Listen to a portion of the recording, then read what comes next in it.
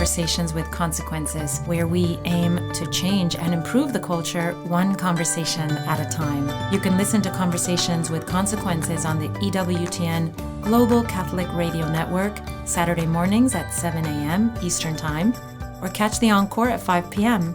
We are also on Sirius XM Channel 130. Of course, our radio show is always a podcast. Go to thecatholicassociation.org/podcasts or directly to wherever you listen to your podcasts. Conversations with Consequences is the radio show of the Catholic Association. Again, at thecatholicassociation.org, you can read more about our work defending religious liberty and the church in the public square and in the media, wherever we can be helpful. You can sign up to our daily clips, which will send to your inbox the important news of the day, short, and that's an easy sign up on our website. Today we have a great show lined up for you, as we try to do every week. Last weekend at Dodgers Stadium, you may have heard, although I'm surprised a lot of people have not heard, because I spoke to people over the weekend who are Catholics and Christians, but they were not aware of what's going on. In Dodger Stadium, the corporation that runs the Dodgers decided to honor an anti-Catholic hate group called the Sisters of Perpetual Indulgence. They're basically drag queens or transvestite men who dress up as nuns in a very aggressive and demeaning way, and then they do ugly things that are very offensive to us Catholics, and they should be to all Christians or anybody of any religious understanding, or even anybody with a decent mind. But first, we mark this month 1 year since the fall of Roe v. Wade with the Dobbs decision, and we've asked our dear friend Kathryn Lopez of National Review to talk to us about this anniversary and about a beautiful piece that she wrote in the National Catholic Register about how to respond with love in the face of all the difficulties that have ensued since then.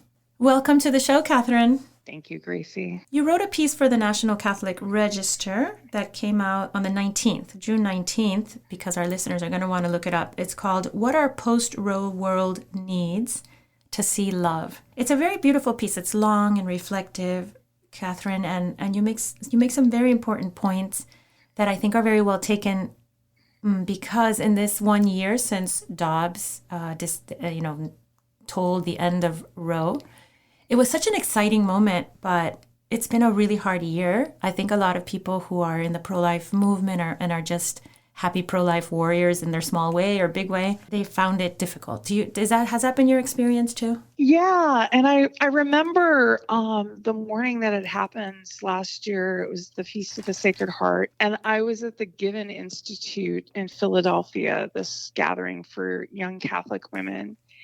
And they're supposed to stay off their phones. So theoretically, they didn't know it happened. And so I announced it to them. And one of the first things I said to them, of course, it was wonderful to be in a room with 200 women, if you count the mentors and the young women who applauded.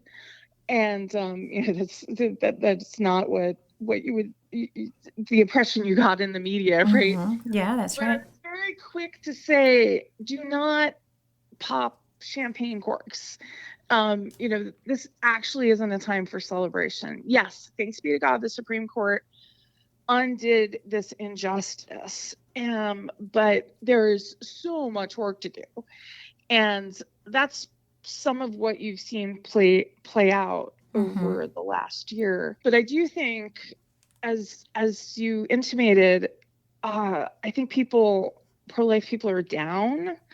I think a lot of people thought, this might be the end of abortion in America. No.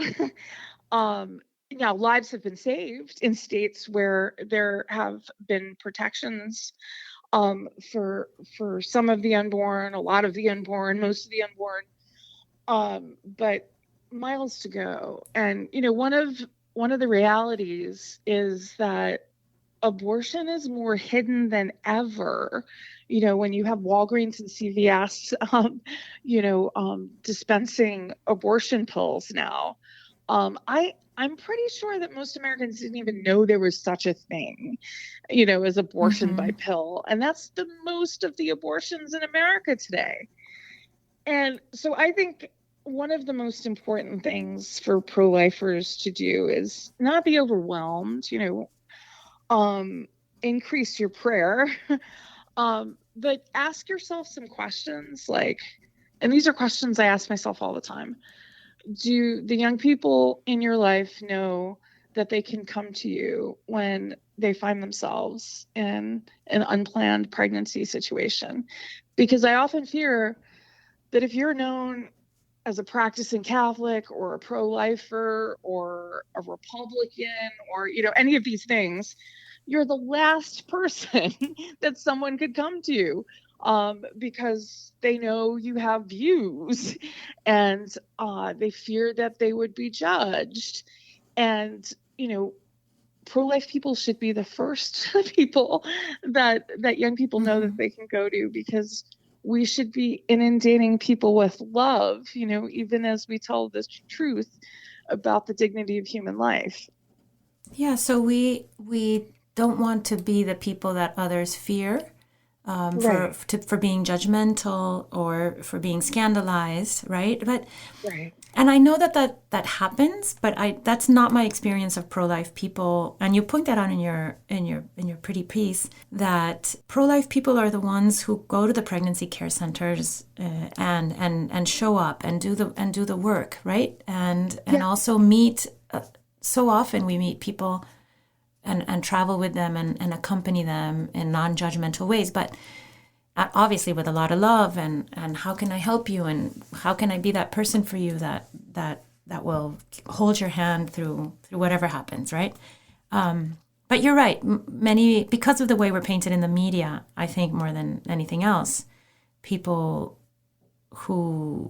might tend to think of us as judgmental. But again, that's not my experience of pro-lifers. And I'm sure it's not yours either. Yeah, no, that's definitely not the impression you get in the media. But I also think that we need to be extra careful. It can, on social media, in our conversations with people, sometimes when I talk about, there's a story I tell about being outside of Planned Parenthood one day, in New York City, and encountering a 17-year-old Black girl who had taken the first abortion pill.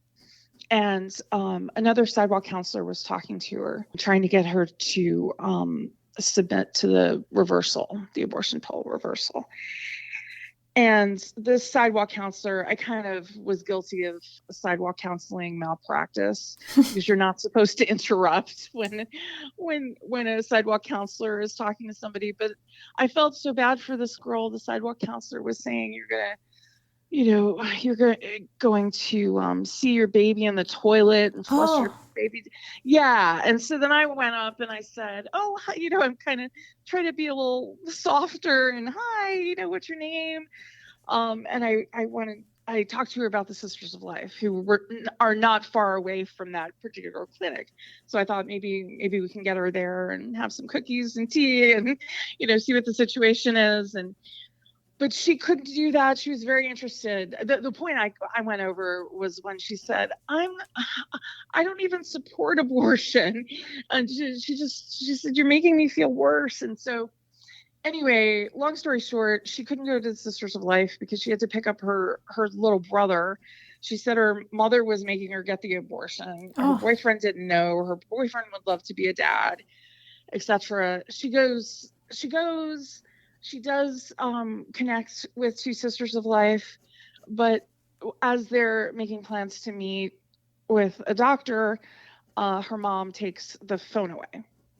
So fast forward, so she winds up going through with the abortion. But fast forward some months, she is at Planned Parenthood again. She's pregnant again, but it's later in the pregnancy. And she has to have a surgical abortion. And by the grace of God, whoever is talking to her, describing what's going to happen, says, and then we stop the heartbeat. Well, that was the end of it. She left. She was not going to be having anything to do with stopping a heartbeat. Well, sometimes when I tell that story to conservatives, they say immediately, well, why couldn't she keep her legs together?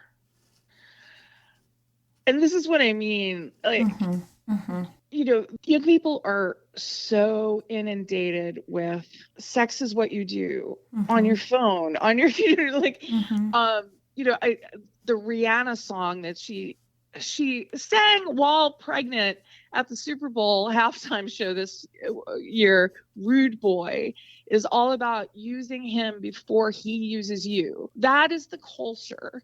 And so, like, that concept is just like so foreign. And so we do, and I'm not saying that's every conservative, I'm not saying that's every, but I've heard it often enough that I know it is a problem. Kathryn, I've talked about this on the show, and I've written about it. One of the things that I do in my as a side gig is I do a lot of talk on with young people. I give them talks on chastity, on even puberty, anything that has to do. They call me the sex lady in our parish and in the archdiocese, and I go around to schools and I talk to young people, sometimes in small groups, sometimes big groups. And one of the things that shocks me over and over again is even young people who are in a Catholic environment, they can't imagine dating or just being a young adult or a late teen without being sexually active, because the idea doesn't exist in their heads. It's never been presented to them. They don't know anyone who's behaved in a chaste way until marriage. If they do know that person hasn't shared that with them. And it's been, that idea is just a ridiculous idea. It's like if I spoke to you about flying,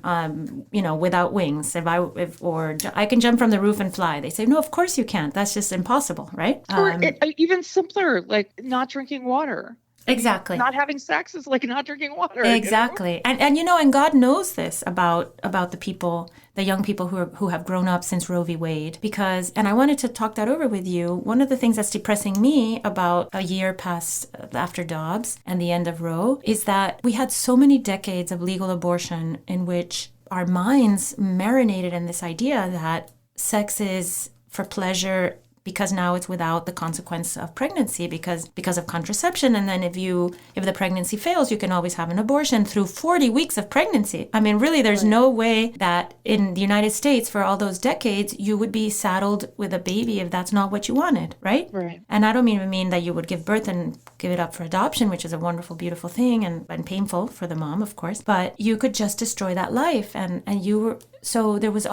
we were just creating this culture where pregnancy is an unthinkable thing that is only thinkable when you choose it and when it's exactly the right time with the right person, and you're going to choose that act, right? You're going to say, well, there's pregnancy, that's what I'm going to choose because I want a baby this year, this kind of baby, because people even abort because it's the wrong sex, and then sex as an act of pleasure that fulfills you in every way and makes you human. And without it, you're inhuman in some way. It's horrible to think of this, that we go back, we say, okay, no, so there's no more Roe, and then we're going to sort of juggle all these things at the state level. But the culture is so sick. How many decades will it take, if ever, to go back to the idea that sex is for procreation and that you have to approach it responsibly and within marriage so that the baby can be received. And yes, sometimes mistakes happen, but abortion is not a fail-safe. It's the end of a life. Well, in the coming days, the Biden administration is having a series of abortion events where they talk about how much women need abortion. And I think one of the things that we need to do is give a voice to so many women who have been hurt by abortion. And men, right? And men, yes, and men. But I think even the concept of hearing from a woman is so foreign to people, about the pain that it's caused and the regret that it's caused. And, something that you mentioned earlier, Gracie, that idea that a young person has no idea that there are adults in their life who, wait until marriage and have a view of sex that's more than instant gratification. Obviously you have these conversations when appropriate, but the witness of joyful couples who are living chastely is really important. And even the word chastity, right? Like everybody's called to chastity, but when you say that, people think you're talking about celibacy. It's my children hate that word because for years I've been doing something called Chastity Day at the Archdiocese of Miami. And it's for 8th graders. It's a fabulous program. They call it Chastity Day. I think last year they finally changed the name. But for years, my children had to go to it as they were in their 8th grade parochial schools and private and Catholic schools. But they hated the name because it made them so embarrassed that their mom was talking about chastity in front of their entire school population at their schools. And you're right, the word chastity is completely misunderstood. And it just means living sex responsibly and in charity and with love and knowing that it creates children and the things that children need are a married mother and father.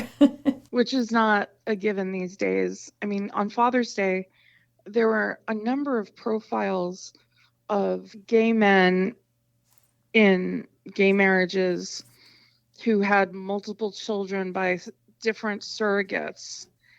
And it was a reminder of how far we've come. And I mean, one thing that I think is important to appreciate rather than get overwhelmed and depressed by all of this is that Paul VI was right in Humanae Vitae. Yes, exactly. And prophetic. And if we go back, I think it gives us an appreciation for the church obviously has some credibility problems in the world today, for some good reasons and for some not.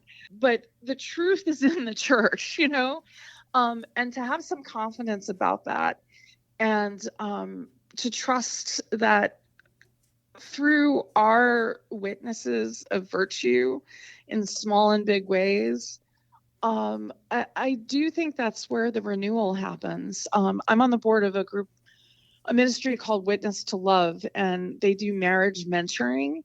And it's this really cool approach where, like, if you're in a parish and you're getting ready to get married, instead of going through the typical pre-Cana afternoon or whatever box checking in some dioceses, it's not very impressive. You find a couple in your parish who, like, you want what they have. And so you kind of approach them, and they're usually surprised, shocked, probably. I like that it's coming from the younger couple. They approach the older couple. I think that's very nice.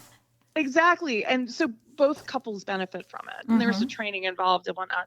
But the point is that there is a witness there on both couples' parts, and there's an accompaniment, which gets back to what we were talking about earlier about. Pro-life movement at its best is accompanying. And that's something that we need to show more. I was speaking to Columbia University students, like the Columbia Pro-Life Club a couple of weeks ago. And I asked, so, like, what's the closest pregnancy care center? And nobody knew in the Pro-Life Club. And I think that's a typical thing. So just doing simple things like making sure you're supporting your local crisis pregnancy center, or that you even know what it is, where it is, and what it offers, and how to direct someone there. We should all have that phone number on speed dial, right? There's no speed dials anymore. I'm talking about our favorites. On our favorites. But we should have that. We should have that information. You know what's nice too? Even little brochures and things. Little brochures. What's really helpful if you make a little card out of with your own resources, and then you give it to you put it in the confessionals with the priest's permission, of course, at your parish, and say, Father, could we have these little cards in the confessional in case? I try to make sure that the parishes I frequent have post-abortion healing brochures from the Sisters of Life. I try to keep those kind of things in my purse too, just in case. You never know. There's information and an accompaniment out there, and we don't know how to direct them. We don't pay attention and have that information on us. And as you say, we should be volunteering at the centers and being present and looking out for that girl in our parish who looks troubled. God brings us people to our path. He puts people in our path that we can help, but we have to be attentive. And every day, most of us are encountering post-abortive women. I'm sure you have post-abortive women listening right now. And men. They're in our families. They're in the pews. Right, They're right. at the grocery store. They're the mothers of the children in our classes. They're everywhere. And so to know that, to have that in your heart and mind, and it should direct the way we talk about these issues too. Whenever we talk about abortion, about in politics or the news, bear in mind that somebody who's listening to us may have had an abortion, may be pondering an abortion, and make sure you're saying what you're saying with love, about the truth, obviously. I think I know that many people who work in the pro-life movement at the pregnancy care center level, especially, who are engaged and in Project Rachel and things like that, or Rachel's Vineyard, they are post-abortive. They were so traumatized by their experience. They're so persistently sad about it. They've had so much trouble climbing out of that hole, entrusting themselves to God's mercy, which seems, to a post-abortive person, woman or man, sometimes the idea that God could forgive that is incomprehensible, because they can't find forgiveness for themselves inside their own hearts, right?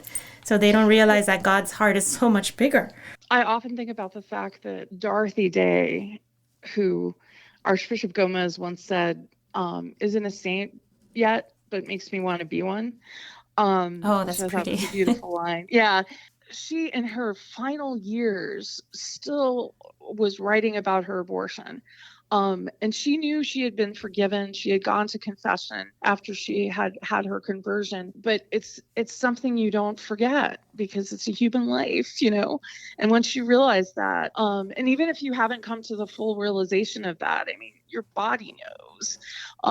And you know better than I all of the physiological changes that come with conceiving a child in your womb, and the changes that never can be fully undone.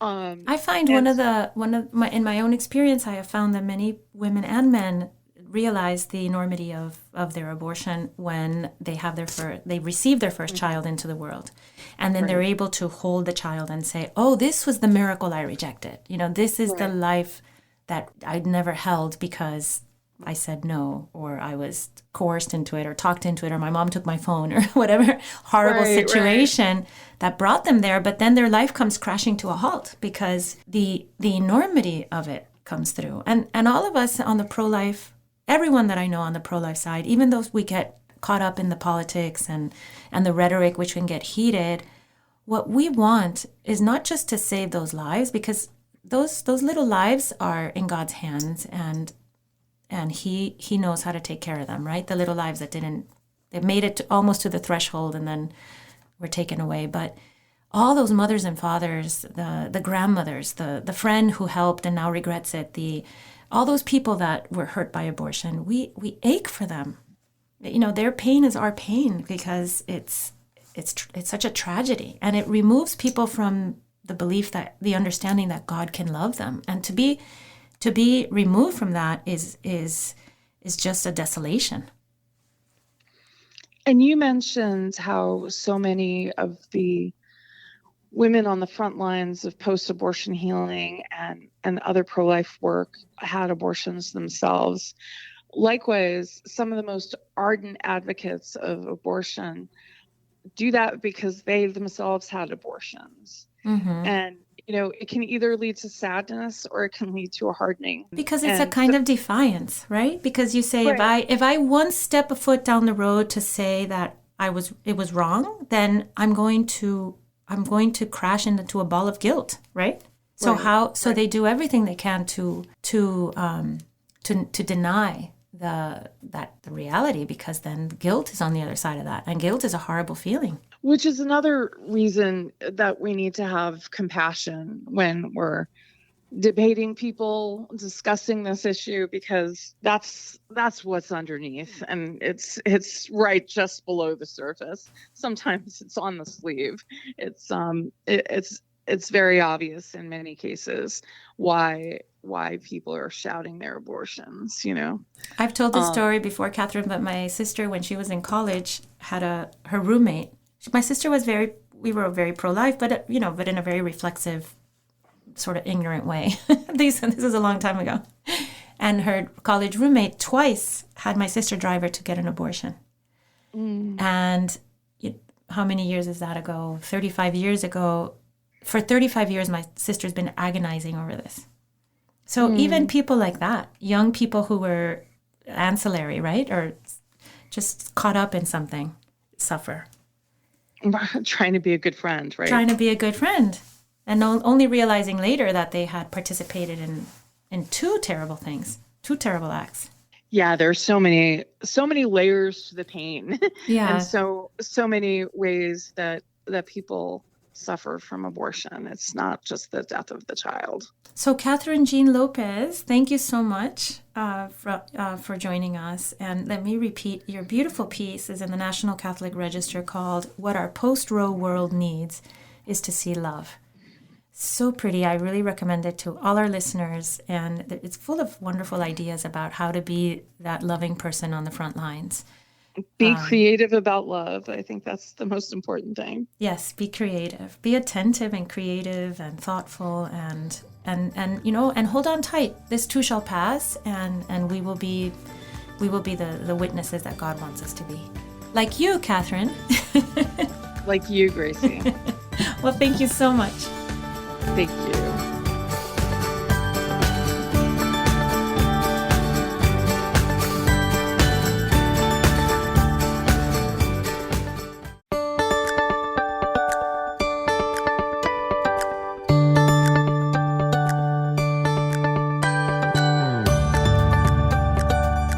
Welcome back to Conversations with Consequences. I'm your radio hostess, Dr. Gracie Christie. Welcome to the show, Nathan.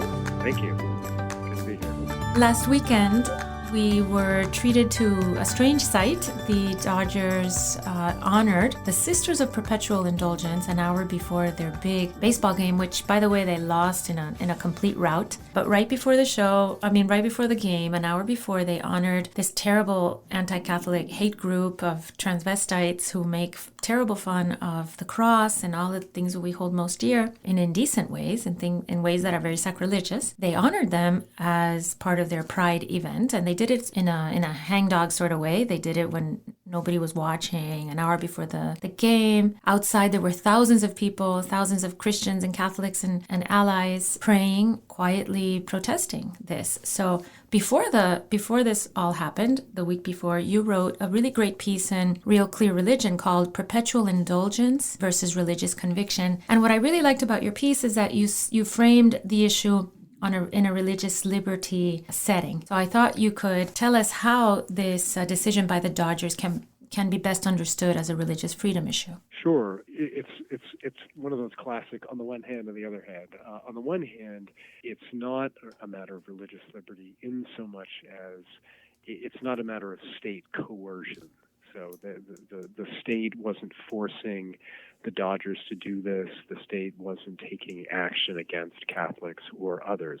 But on the other hand, it is a matter of religious liberty in so much as the vision of the founders was always that religion be in the public square, that in fact religion is fundamental, is essential to a virtuous society, that religious people and their organizations are at the heart of American life, both publicly and privately. And here was a situation in which you had a professional sports team, the Los Angeles Dodgers, that made this decision to honor and give its Community Heroes Award to the Sisters of Perpetual Indulgence, as they call themselves, and thereby participate in a much broader effort that has been building and building and building over the years to cast aside religious people and organizations that affirm what is true about what it means to be human, about life and marriage and family and human sexuality and the beautiful complementarity between males and females. And even though the Dodgers have been made very aware of the history of this group, of its history of just the most disrespectful and insidious and grotesque activities that they had perpetuated over the years, they decided to go ahead and honor them. So really making it harder and harder for Catholics and other religious people to fully exercise their faith in the public square. So it's a religious liberty issue because it makes the public square a place where Catholics don't feel welcome. And in a way that the United States has had over its long history, this a beautiful pluralistic ideal, right? So the religious liberty issue is that the United States is a pluralistic place where people can bring their religious ideas and values and fervor into the public square and be respected there, regardless of what their religion might be. I really like the way you phrase that, because I think most people do stop at that first way of thinking about it that you mentioned first, which is that, well, nobody's coercing the Dodgers into having an anti-Catholic hate group on their field and honoring them. But still, you're creating an ugly environment for religion in general in a land that is beautifully pluralistic, as is the United States. And I mean, and there's always a distinction between different kinds of coercion or different kinds of pressure. So, there's no evidence that any government entity, any government official was, trying to compel the Dodgers to give this award, to give this honor to this group. But what is certainly true is that those people who and organizations that are promoting the ideology that underpins groups like the Sisters of Perpetual Indulgence, they are putting pressure on professional sports teams and media outlets and entertainment companies and schools, all starting at preschool all the way up through college and university, to promote and affirm these claims, these false claims about being human, and at the same time to punish, to mock, to belittle those people who affirm really classic understandings of what it means to be human. I guess you can also think of coercion in the sense that they coerced all their fans and their season ticket holders, the players themselves, the managers, anybody who's in the stands and works at the LA Dodgers, and that's how they make their living. Those people were coerced into participating on some level, right? Depending on what their participation is with the LA Dodgers. That's exactly right. There's a knock-on effect. So you'll have outside groups that will put pressure on organizations like the Dodgers. The Dodgers then make a decision to hold, for example, a Pride Night, and then in the context of that, to give an award to a group like this.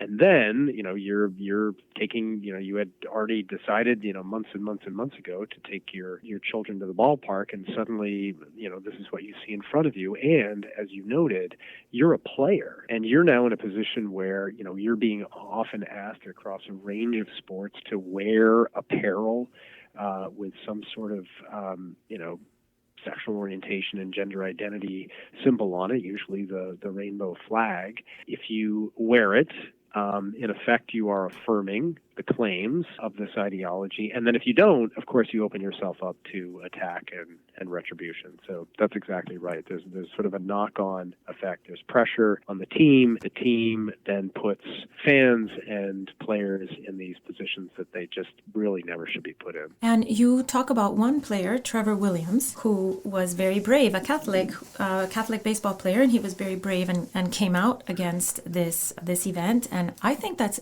very brave, especially for a young person. He's very young, relatively young, and they've been living for a long time. Many young people have entirely grown up in an ambiance in an environment where you can't, where the idea of speaking out against whatever flies under the rainbow umbrella, the rainbow flag, they know is a very dangerous thing. They know this, and they know it in their bones. So how does someone like Trevor Williams find the courage to speak out so publicly against this? So Trevor is somebody that I've gotten to know over the past year. We met on a retreat last fall, and what's always just really impressed me about him is his faith, his commitment to God, his intelligence. All of that came shining through in his response to the Dodgers. Interesting reading his statement where he noted, among other things, that the Dodgers seem to be violating their own code of conduct regarding what fans can or cannot display or wear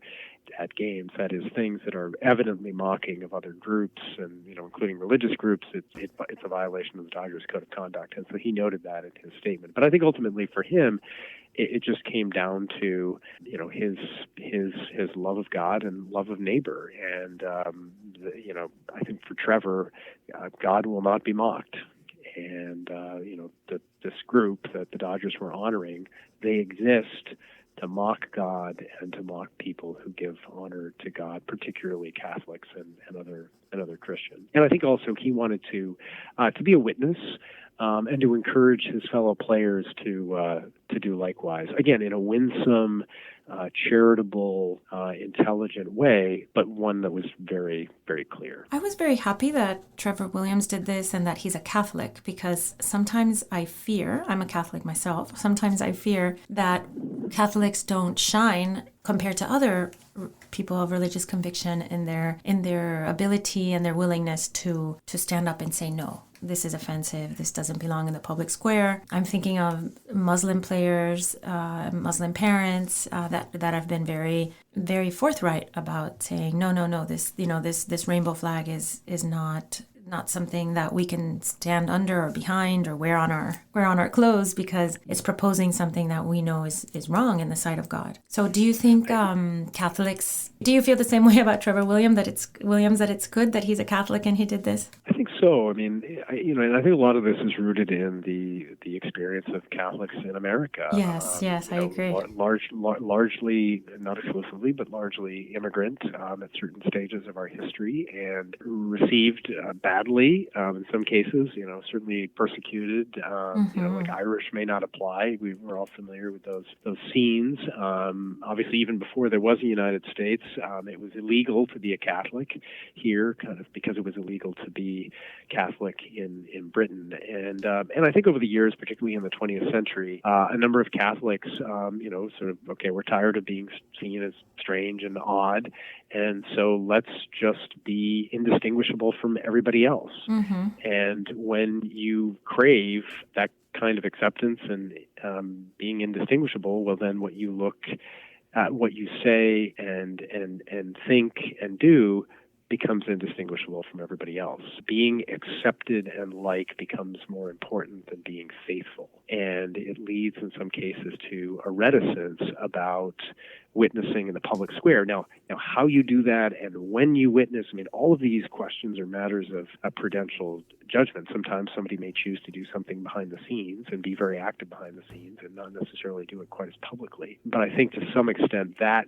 history of Catholics in the United States has led, and that desire for just complete assimilation rather than just integration has led a lot of Catholics to just sort of hide and not be more forthright in defending the faith in the public square.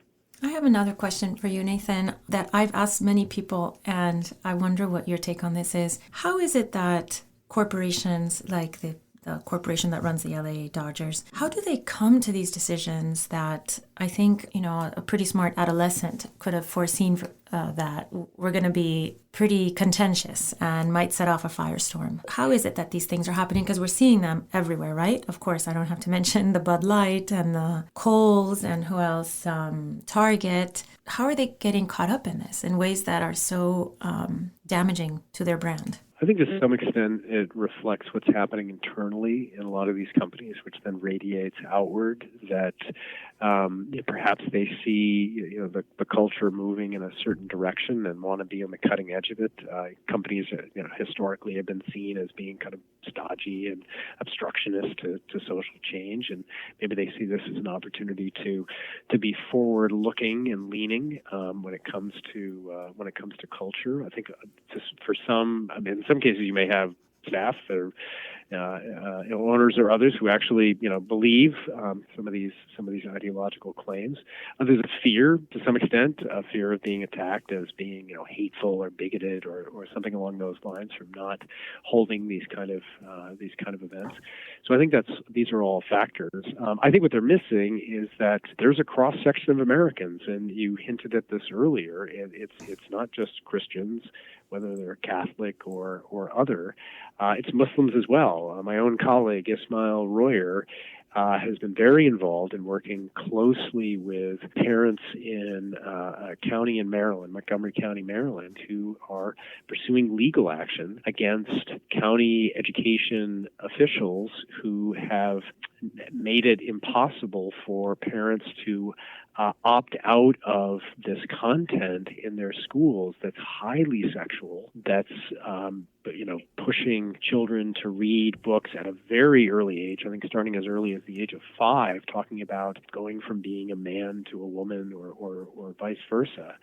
And, for a long time, parents could say, thanks, but no thanks. We don't want our children seeing that and reading that. And then the county decided, nope, you must. We're going to force your children to read it. And so they responded. So it's not just there's a cross section of people across religious traditions that are pushing back on it, which I think is a really exciting development in America. And I see the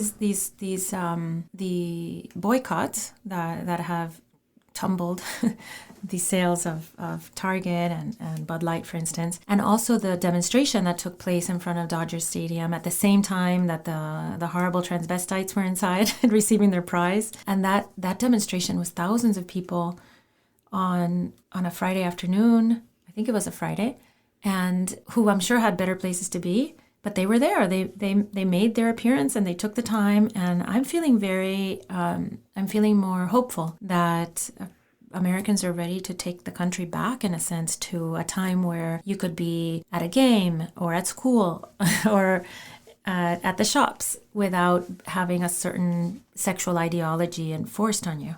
That's right. And I mean, it's interesting. You think about the name of this group that the Dodgers were honoring, the Sisters of Perpetual Indulgence. Indulgence in what? Indulgence in our worst desires, indulgence in using other people for kind of sexual gratification, indulgence in selfishness. And these Americans, whether they're the ones who were praying or demonstrating or others, are pointing to a different way of living, a way of selflessness, of self-sacrifice, of love of neighbor.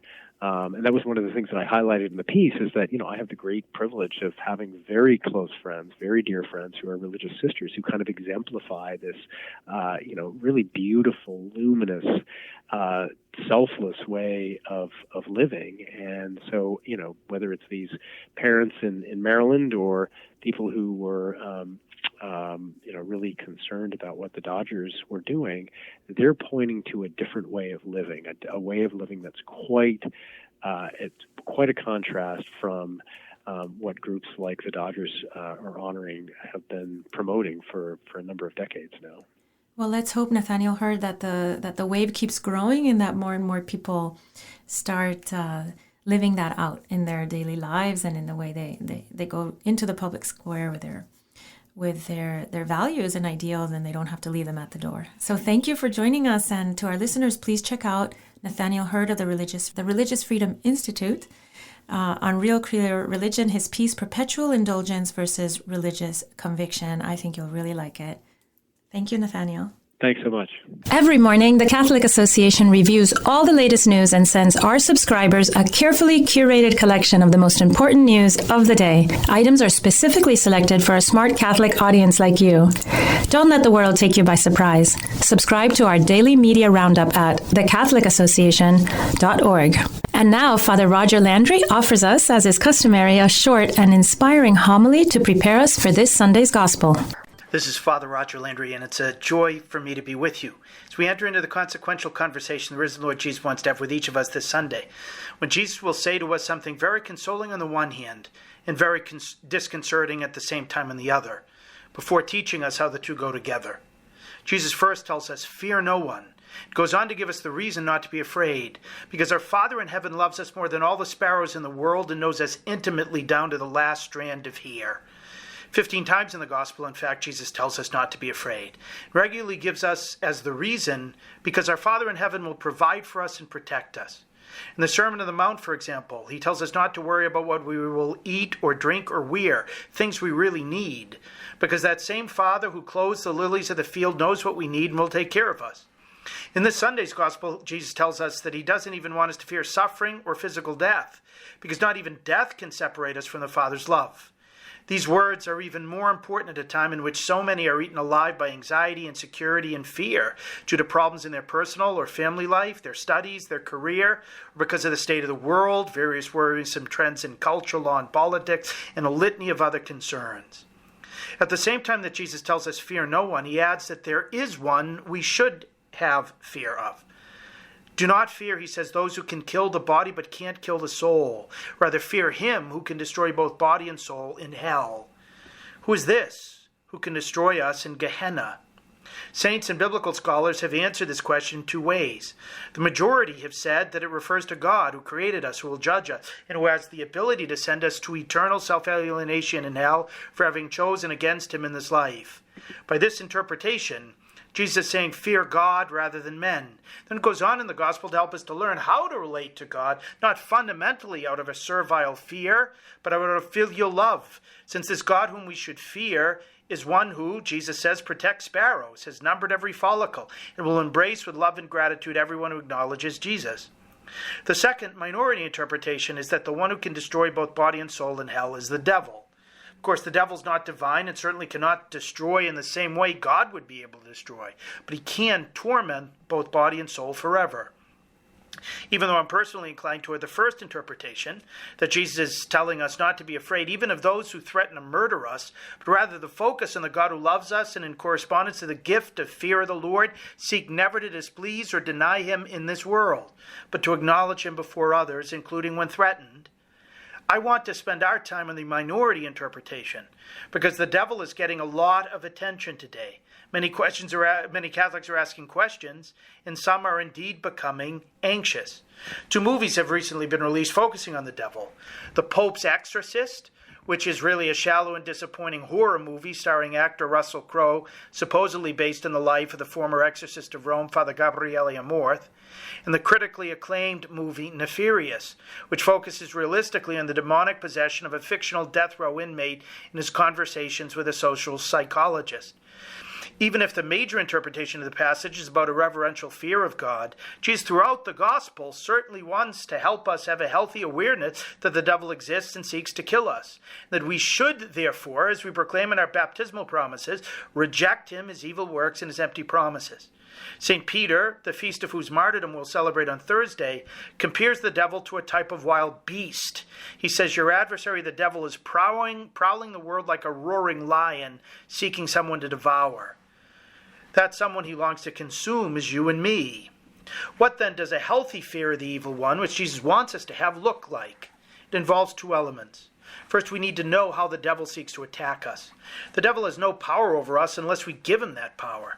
He can't harm our soul unless we become his accomplices and allow our souls to be killed through mortal/deadly sin, which separates our souls from the source of life, who is God. The way the one Jesus calls the father of lies seeks to accomplish this assisted suicide is by getting us to succumb to one of the diabolical deceptions, just as the devil did with Adam and Eve in the garden.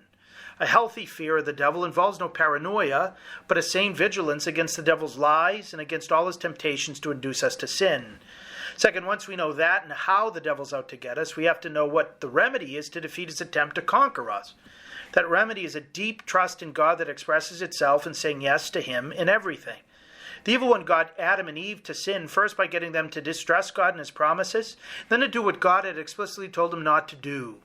Therefore, the antidote to the devil's machinations is to accentuate the opposite of what the devil wants to achieve. If our best defense is a good offense, we need to trust in God and seek to do his will in everything. If we trust in God the Father enough to say yes to him and no to the devil, if we base our lives on the truth incarnate rather than on the father of lies, then we don't need to fear the devil any more than Jesus did. Jesus is the stronger man whom he tells us in St. Luke's Gospel has attacked and overpowered the devil, taking away his armor and dividing his spoils. If we stick fully with that stronger man, if we love him with all our mind, heart, soul, and strength, then we have nothing to fear. That's why Jesus' statements in the Gospel this Sunday are a paradox and not a contradiction. It's only when we're not totally God's that we have to fear, as Jesus tells us, because the devil is constantly at the gate waiting for us to echo his no to God so that he might seduce us away from God in this world and in the next. The devil's global strategy with us is to have us oppose God's plans for us. This involves first opposing God's plans for us to become holy. The only way for us to share eternally in Jesus' victory is to become a saint, because only saints get to heaven. To keep us from heaven, the devil wants to keep us from becoming godlike. With some of us, he tries to accomplish this by convincing us that we don't really have to be holy. We just need to be good to get a D+ rather than an A+ on our imitation of Christ. With others, the devil tries to make us fear the consequences of sanctity, that if we strive for holiness, we'll lose our friends, jobs, freedom, personality, identity, perhaps even our life. That's all a crock. The second thing the devil opposes is our call to be ardent apostles, to bring others to holiness, to love our neighbor as Christ loves us. Loving others necessarily involves sharing the gospel with them. Jesus tells us this Sunday, what I say to you in the dark, tell in the light. What you hear whispered, proclaim from the housetops. The devil gets us not to act on this call to acknowledge Christ before others in two ways. He convinces us that it's not really our mission to announce the gospel, but rather priests or nuns or catechists or somebody or anyone else. His second subterfuge is to frighten us away from proclaiming the gospel by making us fear that we don't know the faith well enough to pass it on, or by thinking that our friends and family will consider us hypocrites if we start to proclaim the gospel now, or by getting us to fear that if we bring the gospel to the public square, we will suffer for it. This fear, of course, is justified. If we preach the gospel, we may suffer for it, as some before us have. But that's why Jesus tells us not to fear those who can only kill the body. He wants us not to fear those who seek to intimidate us in this way, including the devil, but rather to have the courage to recognize he is with us, and that the Father who loves us will deliver us from the evil one if only we ask for his help. To defeat the devil and grow in courage to live as holy missionary disciples, the greatest help we have is the Holy Eucharist, in which we receive Jesus, the conqueror of sin and death, the vanquisher of the devil, the strongest man of all. Jesus in the Eucharist is the greatest source of holiness and the greatest impetus to live and spread the faith. The devil, therefore, hates the Eucharist and tries to do whatever he can to keep us from Jesus. He tries first to keep us from Mass and Eucharistic adoration and to disbelieve in Jesus' real presence. And he has successfully persuaded 5 of 6 Catholics in the U.S. to prioritize something other than Jesus on Sunday, and 7 of 10 to think that the Eucharist is just a thing rather than the Son of God who defeated him. If the devil can't stop us from attending Mass and believing in the Eucharistic Lord, then he tries to get us to receive the Lord in a routine way or sinful state. The best way, therefore, to be equipped to withstand the devil's onslaught is to receive the Lord with ever greater frequency and fervor, and respond to his work within us with ever greater zeal and fidelity. That's what the Church in the U.S. is seeking to do during this 3-year-plus Eucharistic revival, the parish phase of which we entered into 2 weeks ago. Every time we receive Jesus well in the Eucharist, we share in his victory over the devil and are strengthened with courage to carry that victory out to others. So as we get ready for Mass this Sunday, let us take to heart what Jesus tells us. Be not afraid, and receive with love, gratitude, and faith the one who has definitively defeated the devil and has shown us the way to share in his victory forever. God bless you all. Thank you, Father Landry. To hear more from Father Landry, check out his website at catholicpreaching.com, and you can also catch his writings at EWTN's own National Catholic Register. A big thank you to all our listeners for joining us. I hope that this show was helpful. I hope that it gave you more peace and more hope and more joy, and you go with our prayers.